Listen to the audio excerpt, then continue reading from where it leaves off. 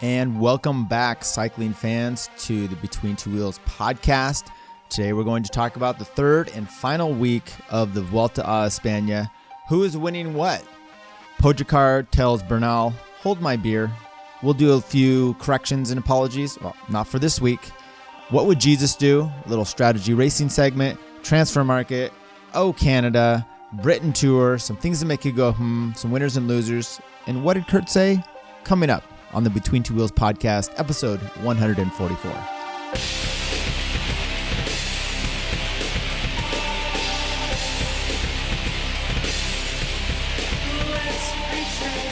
All right, everybody, thank you for joining us. Tyler Janke, your host today. Going to do a recap of the Vuelta, mostly just the last, rest day was stage 16. We had Sepp Kuss winning. We had a rest day on Tuesday. Normally it's either on Monday.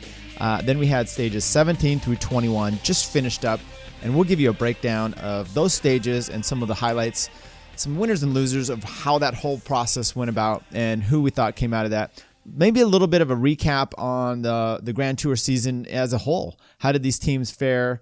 Who looked good? Who didn't look good? Who looked mediocre? And, look, the reality is you can do not much of anything and win the Tour de France or take first and second there.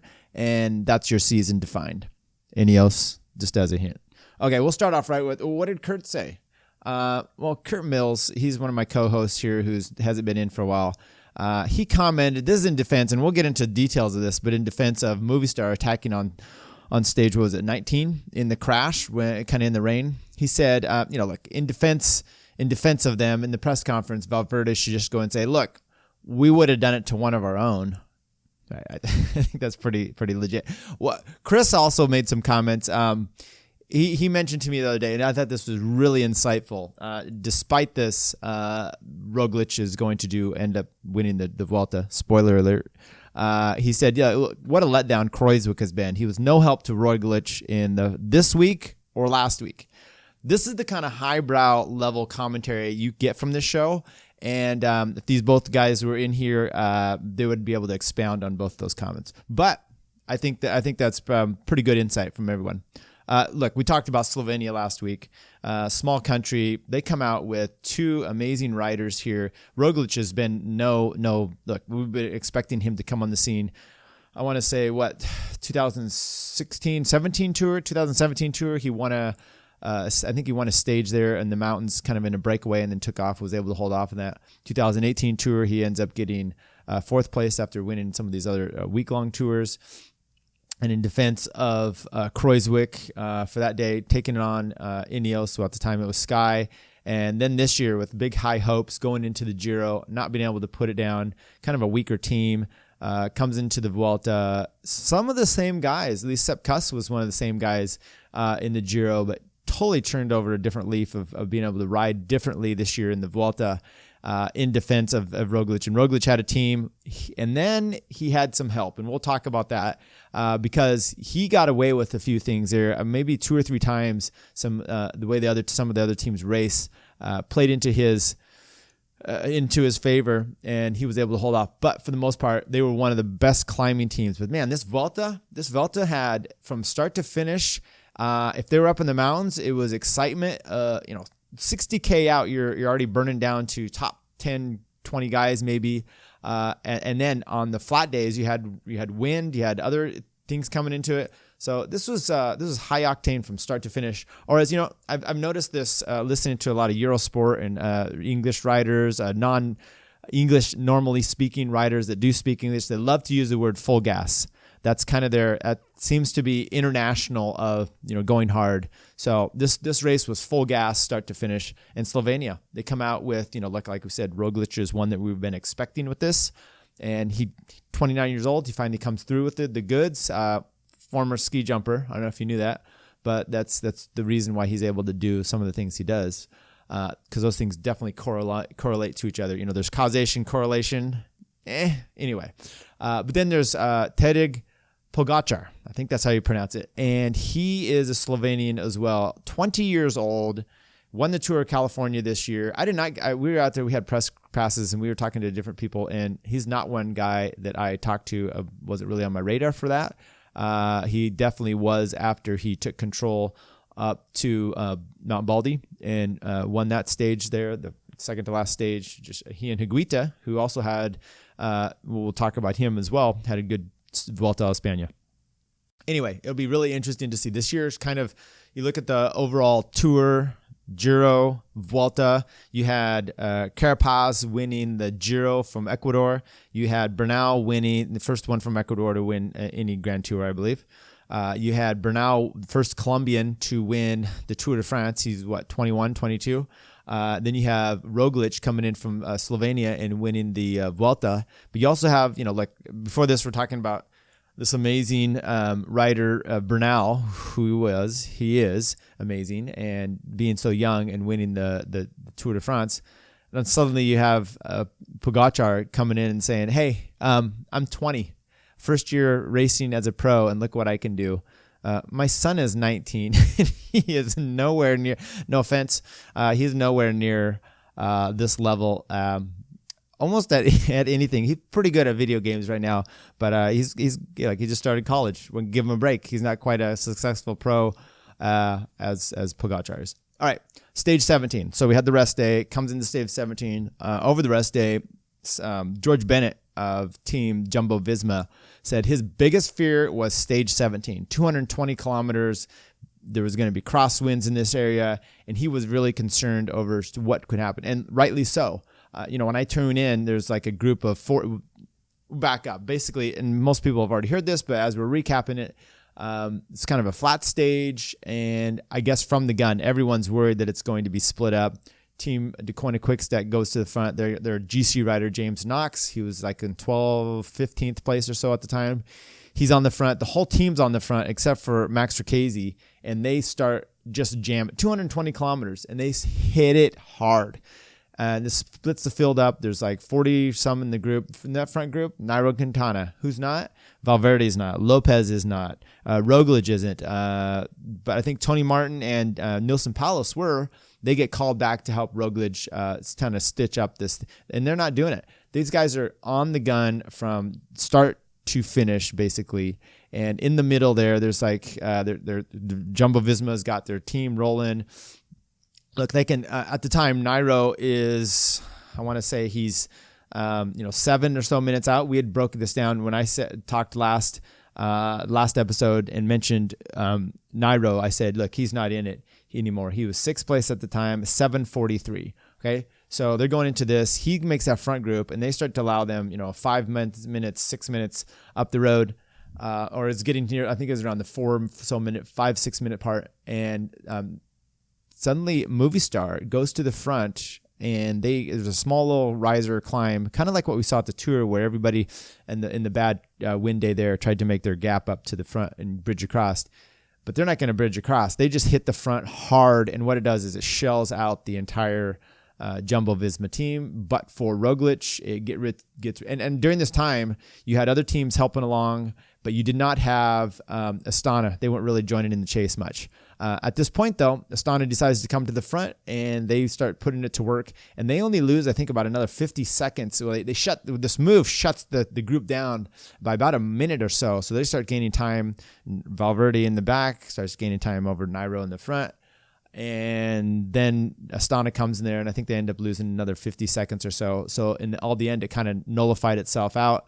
And you end up seeing them down on the day, roughly 5:29. Lopez comes in behind the winning group. So 5:29 they lose. So the real big winner that day, two of them, James Knox comes up into the top 10 or close to it. And then you have Nairo Quintana being able to move all the way from, 6th place at 7 something back to suddenly he moves up into 2nd place at 2:24. Now, look, Valverde was 2:48 or so at this point. But you had seen going into stage 16, you had started, like I said, Nairo's down 6-7 minutes. He wasn't looking that good in the climbing. So it started to be a little bit more evident that he was not going to be able to really, take this on. And then what you ended up having was, he's up in the front. He's doing pretty good. But are you really going to be too fearful about him coming up that close to you? You never know. But in the end, Roglic gets singled out. Doesn't have his team with him, and it really didn't come to hurt him because look, he's 224 to Quintana. Valverde comes up to 248, and you lost your team. Your team maybe got to sit up and ride the rest of the way in. These guys had a pace. I'm trying to remember the speeds that they were actually setting, but it ended up being that they were.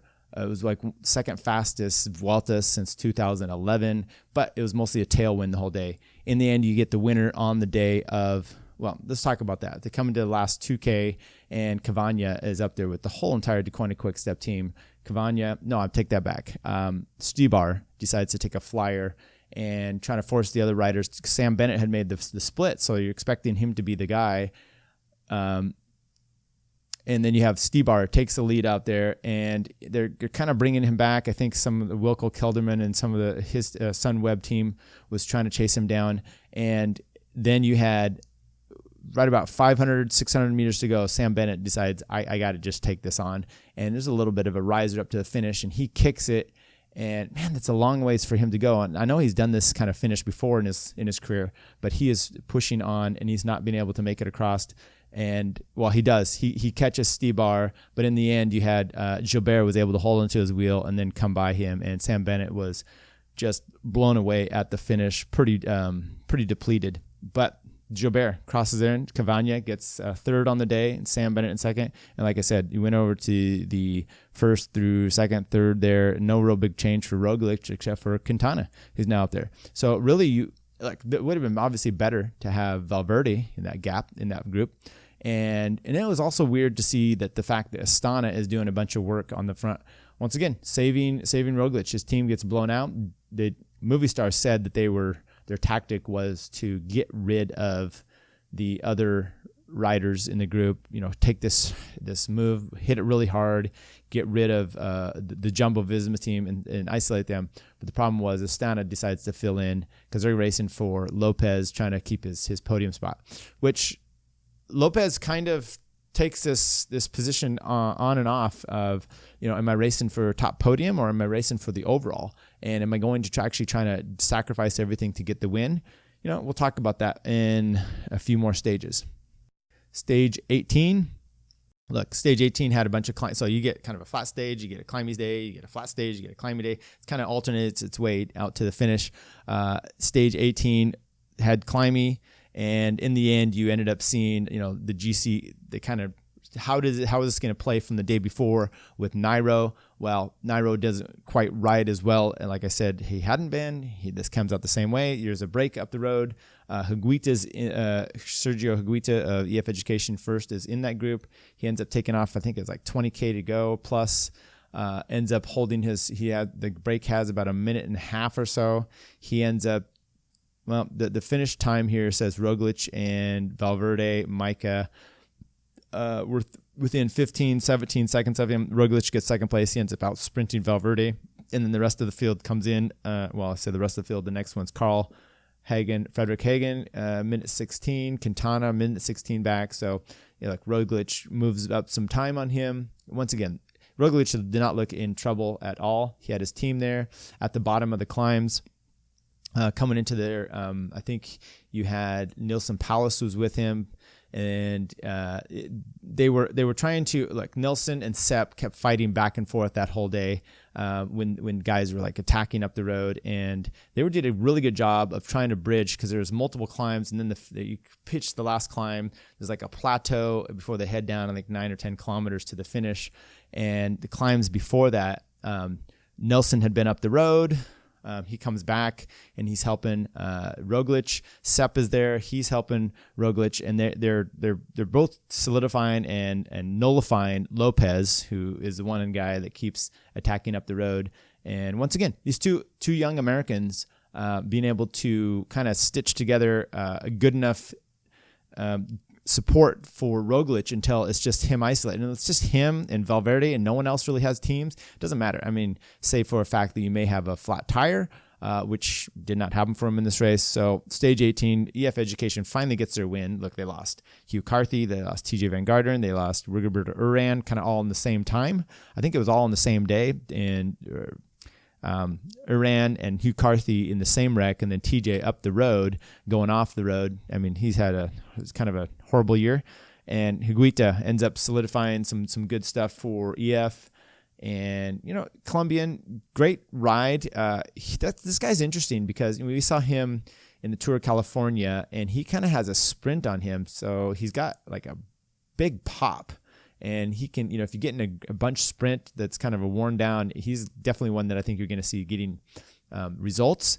But he can also climb. I mean, he didn't lose a lot of time. He lost it kind of over the plateau and the downhill section, but he didn't lose much time on the climbing itself. So pretty good to see him. What we ended up at the finish overall, Roglic now 250 over Valverde. Quintana moves down to third at 331. Lopez moves ahead of Pogacar, fourth place at 417. And like I said, Pogacar, I don't know how you want to say it, fifth place at 449. But hold your breath because we got stage 19 coming up here. This one had some rain, and this one evidently like around the 65K. Wind, rain. It was supposed to be a day for the flat. You get a break of about, 15 guys or so, 10, 15 guys that are up the road. One of them is Lawson Craddock, and then you have just sitting on is Gerbet of Mitchelton Scott. Not sure why he was sitting on. And then Remy Cavagna, he was also just sitting on. And at some point, there's such a major crosswind that the guys kind of try to gutter these guys and make them come around. They start working a little bit. They have like a minute and a half lead. But let's backtrack a little bit because about 65K to go. Movistar's plan is there's this downhill section. It's kind of over this bridge. And then we know it comes out of his town, kind of gets exposed. You've seen some of these these Spanish areas where it's just kind of treeless and exposed and there's wind. And we're just going to hit the front and we're going to try to shred this race apart. So that's their plan. But when you watch video of this, they come down around this. I think Ricchesi of Decoini Quickstep is in the lead. Tony Martin, and it's downhill. It's like oily, slick. There's like this cement bridge with a 3-4 foot high wall on the side. These guys start sliding out, smashing into this. Tony Martin goes down, bangs up his face. He ends up quitting. There might have been some others. Ricchesi was ripped up, shredded his shorts as well. Others went down, Roglic. And none of these guys were hurt as far as Roglic, Valverde. Valverde didn't go down. The whole Movistar team was back far enough where they were able to slide past it. And then they hit the front. And Movistar unloads and just it disintegrates everything because, guys are trying to pick up their bikes. So now they're trying to chase back on. And this is what I'm talking about with Curt saying, hey, look, we would have, Movistar, we would have done this to our own rider. At some point, they're doing this for maybe 15, 20 minutes before they decide to call it off. And part of the reason they called it off was it looked like the official commissars were actually pacing Roglic and some of these they were allowing cars to pace them back up to the group. So it was a bit like UCI is doing this. And then there's this gentleman's agreement of not attacking, the red jersey while he's in this. And Lopez was royally ticked off. You never heard, Roglic doesn't say much. He didn't say much about this. Lopez was royally ticked off. And he starts saying, look, it would be nice one day if this is after the fact in the press conference. He's like, it'd be nice if Movistar actually won a race with dignity and did it the right way sometimes. This is the kind of crap they always do this. This is, horrible they have the world champions jersey up there and this is the kind of crap he pulls, look, this is my interpretation of what he said, but, didn't go over too well. A lot of people in the peloton were pretty pissed about it. Movistar's thing was like, look, we're at the front. We caused a split. You guys go down. We're doing this. Sorry. But you look at the video and they're not on the immediate front. That's how they were able to get through because the guys in the very front were crashing. It was already planned, I imagine. But, so look, you got some of this gentleman's agreement that's I don't necessarily like. You've got, them attacking after the red jersey down, which is not so great. But then you also have the UCI kind of accommodating and bringing these riders back up. That's not so great. In the end, I think Valverde and Movistar stopped because they weren't getting the advantage because the UCI commissars had decided to kind of help these guys out. Once again, Roglic sidesteps a big problem, but he does lose Tony Martin. But he allows basically what happens here is because he's still looking in the good. Lopez and Astana and Movistar are all this conflict, which kind of takes it off of him and now puts it on them. And they're going to be racing for internal, top podium spots. And you're going to see this battle take shape. And as long as Roglic can stick with the guys closest to him, it's probably not going to be a problem. And so, once again, this isn't going to be such a big deal. Now, fast forward up into the field. This group, there's about 20K to go. They're in the crosswinds. They're working hard. They have like a minute 20. And all of a sudden, Remy Cavagna, who hadn't done any work, boom, he takes off, and he gets an immediate decent gap. Some of these other riders try to bridge up to him. They don't do it. He ends up holding off the field for about 5 seconds at the finish, able to post up. And Sam Bennett with the second place over Zdenek Stybar and Gilbert Valverde. Valverde gets a small time gap in there, moves up just a fractional in the overall. So he moves up to 2:47 over Roglic. Quintana in third at 3:34, and Lopez 4:17. Pogacar in 4:49. Stage 20, Saturday, Mountain Day. It's what it's all coming down to. There's a 13-kilometer climb, and then they come down, and then it's got a bunch more pitchy stuff before they finally hit the last climb, which is like 4 or 5 kilometers up to this barren area there in Spain.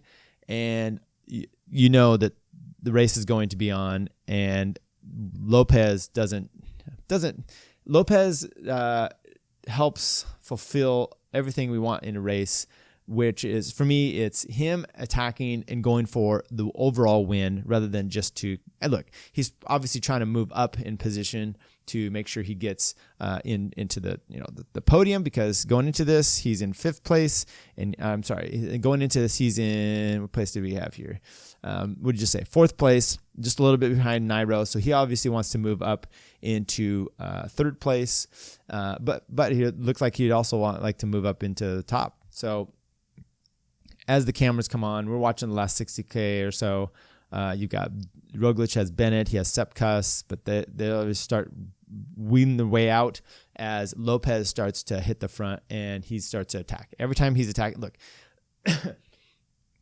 he's attacking, but the fatigue that has come over these guys from the 3 weeks is actually starting to play into Roglic's hand, because no one is super spicy. No one is really just able to attack and do a lot of damage immediately.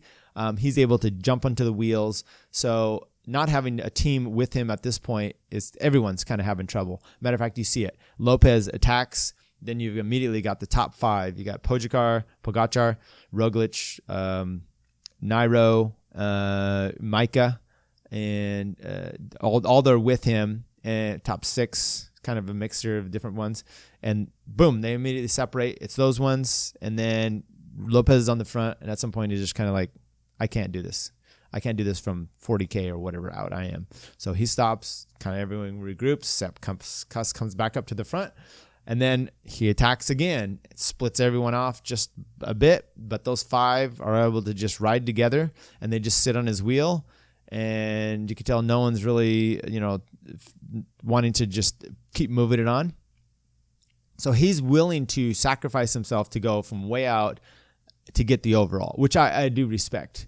But the problem then you have is the real hero of the day, Pogacar, decides that he is second to last climb. He's going to, after Lopez has done this, he's on the front. All the big leaders are kind of sitting on the back of this group. And he just unloads a sprint up the climb. Immediately, he's getting like 10, 15 seconds.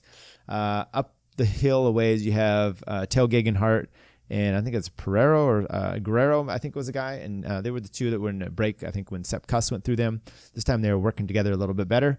And he gets up to them. They jump on his wheel, and then Guerrero's gone. And then Tao Gegenhardt's gone. And Pogacar is solo. And he ends up getting like a minute and a half and holding that. So he ends up, now you've got Valverde's taken off, and then you've got Roglic following him, and you're not having Lopez anymore. He can't go when Pogacar took off. Nairo's having trouble. Those guys are all trying to get help from each other.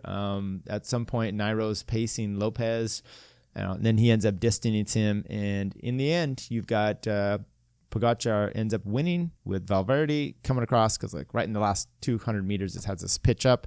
Roglic lets Valverde and Rafa Majka and Per Steiner go. Bahrain Merida rider, and Roglic comes in at minute 41, just 9 seconds behind Valverde, but a minute 32 is Valverde's time behind Pogacar. So Higuita comes in there, Dylan Toynes, Nairo Quintana, 156 back, Lopez at 212. So Lopez throws all the towel in to not just defend. He could have just sat there and maybe got rid of Nairo on the last climb, but he went for it. And in doing so, he ends up sacrificing his fourth place. Because what's the difference between fourth and fifth? I mean, one place, but it really doesn't mean anything because getting on the podium was what it was. And that's what Pogacar did. He ended up getting up to third place, 255, Valverde, 233, and then Roglic for the win. Today, stage 21, just a ceremonial race, basically. It's really annoying, one of these typical things. Look, I'll give this to Roglic. He wears the red leader jersey, but he wears his own team shorts. It looks so much better than the red, or the polka dot jersey. Now, the polka dot's even worse in the climber's jersey in the Vuelta than it is in the Tour de France, maybe. It's blue. I don't know, the red one's pretty bad. And actually, the red one is cool, except for when they wear the shorts. Now they're like a clown outfit, and that's exactly what it looks like in the Vuelta as well. But Roglic, wearing just his team shorts, I think is pretty cool. He didn't paint his bike red. He just went with the red handlebar tape. They also drink beer instead of champagne. So maybe they're just a little bit non-alcoholic. I don't know. They're riding the road. Look, so it's 100K. They're ceremonial. They're riding until they finally get into the Madrid. Then they start to hook it up. You've got Martinez of EF Education first, and I'm sure who the other person was with him. They were off the front for quite a while until the Quantum Quickstep comes in, and they launch off Fabio Jakobsen, and he ends up holding off Sam Bennett. So I think the Quantum Quickstep gets 5 stage wins. Sam Bennett was only able to get 2, but he got like 3 or so second places. So he still did pretty well. Szymon Zagnuk of CCC gets 3rd. I don't know. And Edward Toynes was up there. Dion Smith, 10th place for Mitchell and Scott. Overall, Roglic, Slovenia, Jumbo-Visma get with the win over Valverde, who is 40 years old, I think, 39, 40. Pogacar is 20 at 238, 20 years old. Quintana, 4th place. Lopez in 5th. Rafa Majka, Wilco Kelderman, Carl Frederick Hagen, Mark Soler, Mikel Nieve in 10th, and I think 11th place, just barely outside of that, was James Knox of the Quantum Quickstep, British rider, crashed heavily on stage 19 when everyone else went down on that bridge. He was in a lot of pain. He ended up losing he lost his 10th place by 20 seconds, I think, on the finale there. He had a lot of trouble the last stage 20 on the climbing due to his injuries. So congrats to him. Look, this is kind of a breakout Vuelta for young riders. Pogacar, Knox. Look, the other day I was tweeting the guys when Higuita was winning, guys that were making the break and having a big deal. Higuita, his first Vuelta. Nelson Palas, he was riding great in support of Roglic, his first Vuelta. Pogacar, his first Vuelta. Carl Frederick Hagen, maybe his first as well. Anyway, some of these guys with their first Grand Tours, and they were doing amazing. They're making the race. It's a really interesting year in the overall for the Grand Tours and some of these riders, and it's going to be pretty exciting to see kind of what 2020 has to offer. It'd be cool to see a lot of these guys going up against each other. But even then, what's cool about a lot of new, exciting, riders coming on the scene and young and doing well is you're going to have great Grand Tours, all 3 of them throughout the year. So, because not everyone's going to be like Pogacar, 20 years old. You kind of expect him to ride maybe 10 stages, get pulled out, ease your way into this a little bit more, and start doing your first Grand Tour maybe in 2 years. But no. He's in there now, and now with the top 3, you start to go, okay, well, maybe you ride the Giro next year for the overall and have a chance at that. he looks really solid because he can actually time trial pretty good. I think he actually time trials a lot better than Bernal, even though Bernal has won his country's. He's been national time trial champion 2018. I don't know what that says about you in Colombia, because I don't think anybody really there is stellar in that discipline. And maybe they have uphill time trial. I don't know. What would Jesus do? Well, this is kind of our tactical racing segment, and I want to say I'm going to throw it to a few of them. One is Gilbert on stage 20, and then Pogacar and Lopez on stage. I'm sorry, Gilbert on stage 17, Pogacar and Lopez on stage 20. Stage 17, you saw Gilbert coming into the finish. Stibar takes look. Everyone's expecting Sam Bennett to do this, and there's only one way they're really going to beat Sam Bennett, in two ways. One is if the finish is kind of a little bit of an uphill, and they can get him that way, or if it is a way that they can tactically play this and make him start way too early, where you're able to take a draft. Because look, if you have a great sprinter, if you're able to hold his wheel and he's sprinting for 500 meters, you could probably, if you can hold it, you could come around him. And that's what they did. They got Stibar out front. Once Stibar's out front, they're having to chase him because he's starting to hold the lead. Bennett's like, I don't want to lose this. So Bennett didn't have too many choices, so he struck out really early, closed that gap, went around Stibar pretty easily, but then could not hold it to the line, and you had Gilbert able to stay with him and then coming around him. So Gilbert just got a sweet lead out. And that was using some great tactical sense. Gilbert with 2 stage wins, and in the Vuelta, remember, he won Paris-Roubaix this year. He got slighted for the Tour de France, and he goes into the Tour and does some amazing work yesterday for James Knox as an ultimate professional. Really felt like his racing in the Paris-Roubaix was kind of against his own team. So he's moving on to Lotto. But yet he did nothing but be a consummate teammate and win 2 stages at the Vuelta this year. Stage 20, Pogacar does exactly what he should have done for tactics, striking out. Both of these guys, he and Lopez, did what they had to do. Lopez kept attacking, and in the end, Pogacar ends up capitalizing on this by everyone's weakened from that and being able to take off and do a long range solo thing himself. Lopez, though, I still give it to him because he threw it all out there. Too many times you have these guys all racing for, I'm going to hold my 10th position and do everything they can to do that rather than just going for the win. You never know when you're going to get it. And look, it worked out for Pogacar, but not for Lopez. All right. Transfer market, talking about EF education first. Well, I don't know what we were talking about, but we are now. And that is Nilsson Palace has announced he's going to EF education first.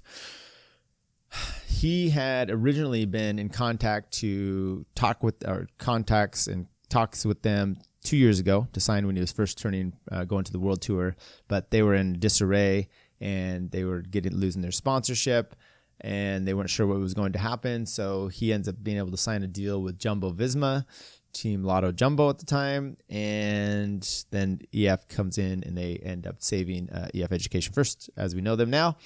But Paulus rides with Jumbo Visma for the last 2 years, does some really good work, and obviously I think kind of has a breakout right now at the Vuelta, finishing the Vuelta in his first Grand Tour on the front, doing a lot of work, really being there for Roglic when he needed him, and it's kind of saving the day. He and Sup a lot in this race. George Bennett had a much more difficult time. He was sick. He had some troubles. He was taking antibiotics. He wasn't feeling well. And so they really needed him to step up. And he turned 23 during the race, during the Vuelta. He's announced that he's going to EF Education First. I'm not sure what to think about that. I feel like I'd actually like to get Nelson in here and have a talk with him, kind of see what he says about this. Look, he's going to say it's a great thing. I feel that going to Jumbo Visma instead of EF is probably a great thing in his first career. I hope that he's able to continue that and keep going on the upward trajectory with EF. I mean, there's a big difference. That Jumbo Visma is now the closest team to Ineos as you have, and he was part of that. And he was part of a winning. They only won 1 Grand Tour this year. And he was on there. That's pretty significant. Now you're going to a team that hasn't, going to a team that won a stage here, had a pretty tough tour, pretty tough Giro. Well, they did pretty good with Hugh Carthy in the Giro, but it's not quite the same thing. So I'm really hoping for him the best. Look, he didn't sign with Legion of LA. He didn't sign with Raleigh, so he's at least staying on the World Tour, and good for him. Pogacar is staying with UAE as far as we know. That'd be interesting to see what happens perhaps with him.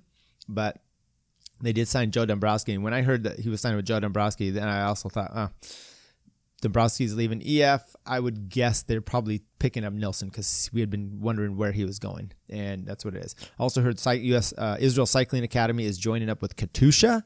So, and then I heard that maybe that wasn't right, but that would put Israel Cycling Academy into the World Tour. Remember, they signed Dan Martin this year, so that will also be an interesting kind of thing that they've got going. And the rise up to the World Tour level has happened. It looks like so with that.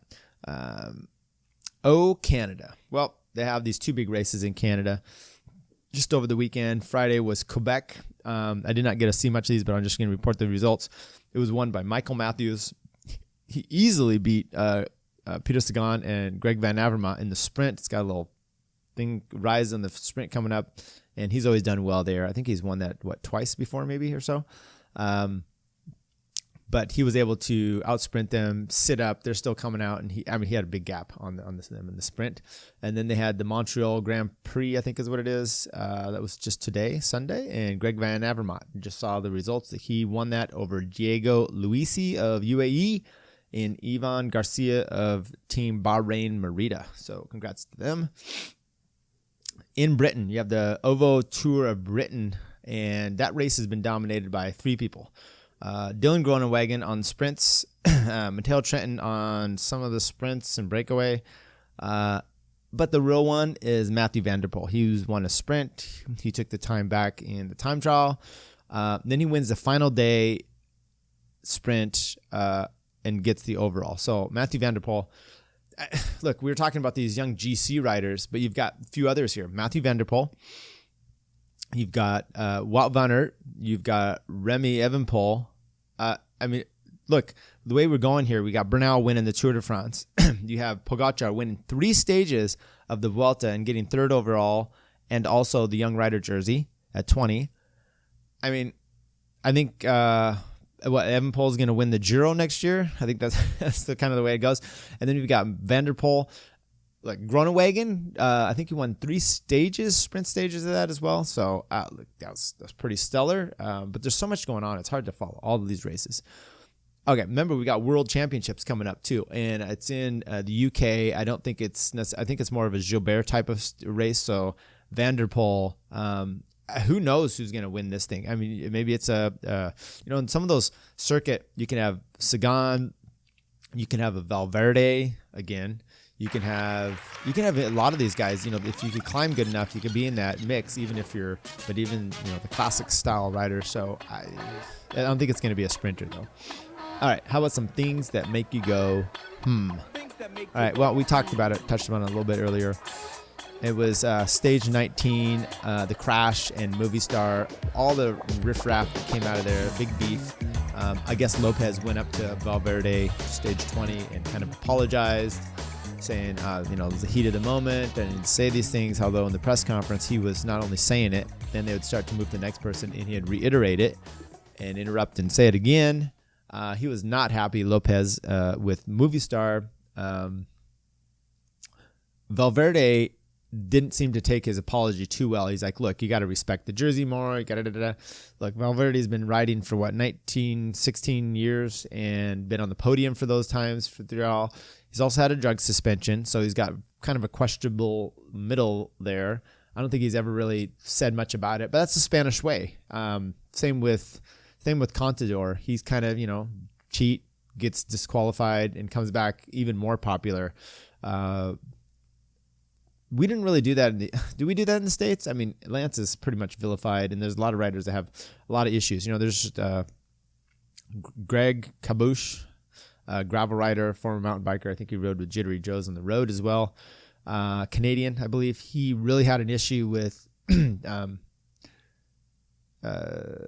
Tommy Danielson coming and doing some unsanctioned race, and how he sat on his wheel. He said there was all kinds of controversy. My problem with that is, and he's basically saying, this guy has no business at all in cycling, should be not anywhere near this. Okay, look, Tommy's been kicked out, 2 drug suspensions. Totally agree with that sentiment. But you're also, and I got some flack for saying this with Chris and Curt, but the race you're talking about is an unsanctioned race. And they're like, well, what is unsanctioned? It's a big event. I get it. It's a big event. But you're going to police cycling based on sanctioning. So you're sanctioning an event, Tour de France, some UCI governing body. That's the only way you're going to keep some of these people out of this sport. Otherwise, it's just a really big group ride like what we do. And you're going to say that these people can't come and join your group ride. It's still the bike. They're able to go out and ride. I really doubt Danielson's drug test, doping now, because he has no reason to. He's just riding the bike because he loves to do it. And, let these people ride for that matter. I don't know if that ruins the sport necessarily because he's doing an unsanctioned ride. But then the conflict or the converse of that is Valverde, what I was just saying, in the Tour and the way Spain kind of embraces this. So we've got these irredeemable folks that we have on one side here, Tommy Danielson's, Lance Armstrong's. And then on the other side, you have the total embrace of these guys that have gone through this, not really ever, asked for forgiveness, and they're still embraced and loved even more and more. And so it's just 2 different spectrums, and it's probably somewhere in the middle. People are redeemable, and it doesn't mean that they need to necessarily be, in charge of young kids in the bike racing. But I've mentioned that before. Jonathan Boyer has a whole team that he was working with from Africa, very much embraced, and he had been charged, adjudicated, and convicted of child molestation, basically dating like a 12, 13-year-old girl when he's in his 40s or 50s, and for years. He's okay. We're all good with that, but we're, dear Lord, Lance Armstrong was really, really mean to people. All right, how about some winners and losers? And by the way, that last segment, talking about that, I'm just throwing these things out. I don't really know that I have any concrete. My positions could be changed, but I think it's more like a conversation piece to have about this, and to maybe have some perspective of where we're at with some of this stuff. All right, some winners and losers. Well, obviously my winners are Roglic and Pogacar. Roglic with the entire Jumbo team. They were on 3rd place in the Giro. They were on 3rd place in the Tour de France. And in the Tour, remember all the stages they won there. They won, team time trial. They won with Tunisian. They won with Van Avermaet. Great tour that they had there. And Van Avermaet with Wout van Aert. And so they had and I think Groenewegen, I think, as well. Did it? I think Groenewegen won as well. I want to say they had at least 4 wins or so. And then they had a podium. And then they come into the Vuelta, and Roglic gets time trial. I think he got a stage win as well. Sepp Kuss gets a win at least. And the team looks phenomenal, and they win the overall. Podium in every Grand Tour. Ineos only in the Tour de France. Movistar actually gets the win in the Giro, and 2nd place in the Vuelta, but not anything in the Tour. So, pretty stellar from those guys' perspective, and the Jumbo Visma itself, and it will only, with the possibility of only being better next year with Tom Dumoulin. Losers.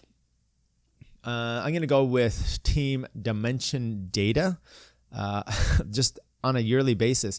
And, Ben King had 2 stage wins last year in the Vuelta, and this year nothing, and the team had nothing. So a little disappointed on them. Last thing I'm going to say, and I need to look into this a little more, is we'll do a breakdown of all the different teams and the wins on the season. And obviously, DeQuanda Quick-Step got likely the most wins of any team once again. And I think Dimension Data, maybe Cofidis got the least, although Cofidis got a stage win in this Giro, this Vuelta. All right. give us some comments about any of the things you have. I've got a bunch of other things I'm going to talk about here in the next few segments, next few episodes. California, they just passed a bill, like a equal pay bill for sports. There's all kinds of problems with this, though. Basically, it's if you run Tour California has rates. They have to show equal prize money, and I think they have to have equal, what they said, competition. So basically, if they're doing 7 days with the men, they need to do 7 days with the women. The problem I think you're going to have on a legal perspective there is days is not necessarily what could actually come out. So let's say you wanted to have a lawsuit against and say that the bill is not put up the correct way. If you are having the men do, as an example, 7 days, women doing 7 days, they're getting paid the same, but the men are actually doing, on average 70, 80 kilometers, maybe 100 kilometers more a day than the women. I think you would have a basis there that would be basically against the women would have to do more or the men would have to do less. Because if you're going to actually say it's equal, I don't think days is going to actually be an equal comparison. And my point is, I think it's absurd. You're not going to have an egalitarian outcomes based situation is probably really not a good situation. I mentioned this before when this was possibly coming around. The race in Colorado, the women's race only, which was pretty good. Now I had issues with the competition there, but just the way that the race itself was produced and be able to have just a women's only was really good. That would be illegal. They would not be able to do that under this bill, as far as I can tell. I'm going to have to read it in a little bit more detail because they're not offering the men a race at all. That's horrible. Not that they're not offering the men, but why can't you just have a race for men, have a race for women? Or maybe the way that this is written is they'll just have to drop the women's race altogether. Unintended consequences are always going to be a part of these kind of things. And I think it's best to try to let the market decide what's good and what people want to see. And more and more that's being, we want to see women's cycling. We want to see women's sports. And if that's the case, it's going to happen. You're going to get sponsors. You're going to get prize money. Everything is going to be because you're going to want to see the competition and not be kind of like forced upon you and actually dry up some of the sport itself. Anyway, that's just none of my ramblings. Look, thanks everybody for joining us again. Episode 144 Between Two Wheels podcast. Really hope you enjoyed the Vuelta, the Tour of Spain, the last big grand tour of the year. Check us out on our Facebook page, Between Two Wheels podcast, YouTube page as well, Instagram and Twitter at B2W_podcast. Give us your comments, give us your concerns, your disagreements, maybe your thumbs up. We'll keep at this.